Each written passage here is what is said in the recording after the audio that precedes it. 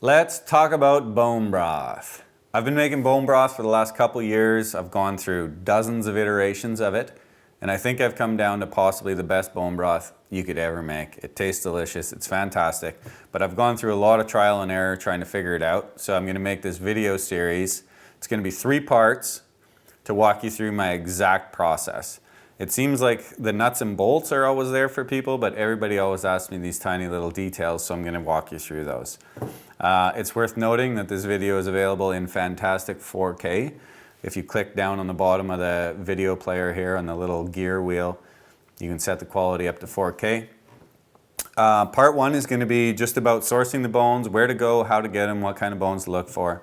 Part 2 is going to be cooking them, preparing them, putting it all together, choosing a cooking vessel, how you put your bone broth together, and then part 3 will be how I strain it, finish it off, package it, and then enjoy it.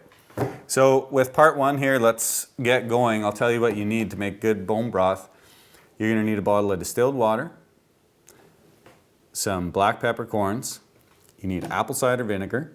This is organic raw apple cider vinegar. I'll put a link in the bottom of the description here where I get some of these ingredients. Super important part is tomato paste. We'll go through that when we're preparing the bones. I have some fresh thyme, bay leaves, which I'm not really sure if bay leaves do anything, to be honest. Some celery, leeks, carrots, and jalapenos. So those are the outside ingredients, and now these are the bones. And this is obviously the most important part. There's so many different kinds of bones you can get. What I've come up with is the number one thing you're going to want to look for is grass-fed bones. Are grass-fed cattle better for you than grain-fed? Absolutely, it's indisputable. So anytime you can get grass-fed is the way to go. It's going to cost quite a bit more money, but you know, it's worth it in the end. So on my right side here, these are marrow bones, and these are grass-fed marrow bones. I go down to the farmer's market here in town. You usually have to ask them for them because they're not on display. The guy goes into the back to the freezer, comes out with the bones, and he'll cut them up for you. If you do your bone broth with strictly marrow bones, it's going to be flat as a board and it's not going to gel. The only way your bone broth is going to gel is if you get bones that are jointy bones. So on my left here are jointy bones, like a bone like this.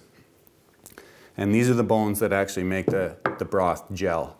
So you're going to want a mixture of the marrow bones and the jointy bones. The jointy bones are cartilage-rich bones that will actually make the broth gel. So you have to have these in there.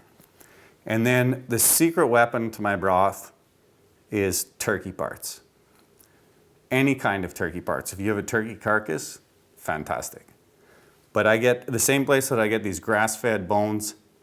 They also have these Mennonite turkeys.